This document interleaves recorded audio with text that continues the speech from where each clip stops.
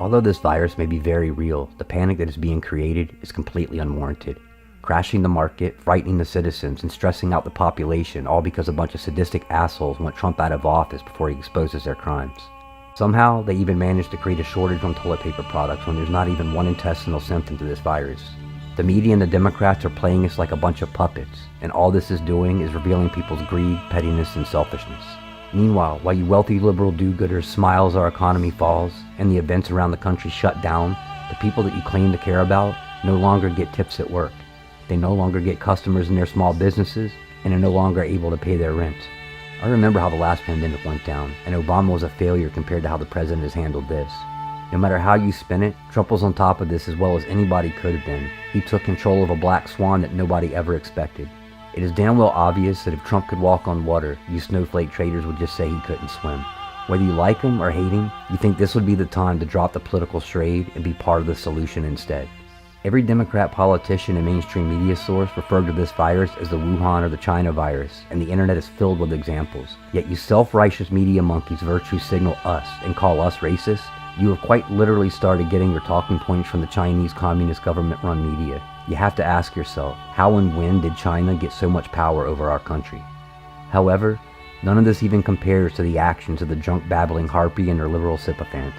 You act as if our president is not doing everything he should, and you blame him for your slow crawl. If there was ever a time where we need to work together for the people, it is now.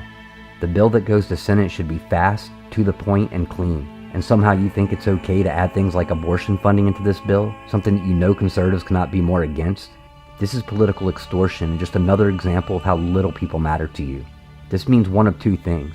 You either have zero empathy for the common man, or you know that this pandemic is not as dire as you claim. While you think the majority of the population is falling for this ruse, let me tell you what the people are really noticing.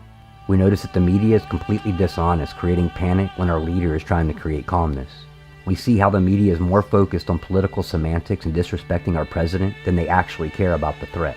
We realize that we are dependent not only on supplies from another country, but a country who is our enemy and started this whole problem to begin with.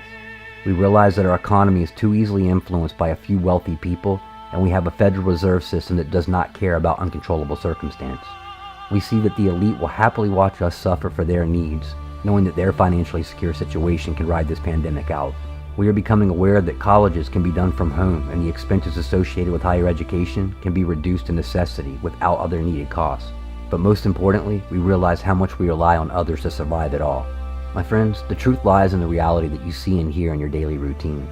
No matter how much the media tries to convince you otherwise, the truth is always in front of you, behind you, and around you. If you just turn off the television and the media for a few days, you will see the reality without the confusion of indoctrination and forced perspective. Take this quarantine and make the best of it, understanding that not all is what it seems. Put down your phones, enjoy the time with your families, and get to know one another again. Write the book that you've always talked about. Paint a work of art. Just enjoy the things that we have taken long for granted.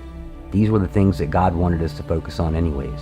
This is a subtle opportunity to unplug ourselves from the economic and social matrix that we have become oblivious to. This event does not have to be something that holds us captive to fear. It can be a reminder of how fragile mankind can be, and something that brings us closer to the things that are more important. It's a moment of humility as we start to notice again all the hardworking people that remove our waste, stock our grocery shelves, truck those goods across the nation, and grow our food from the seed. It is an opportunity to once again come together as a nation run by people rather than the people who are run by a nation. A chance to break the chains of a government-controlled world and once again become the many great nations under God.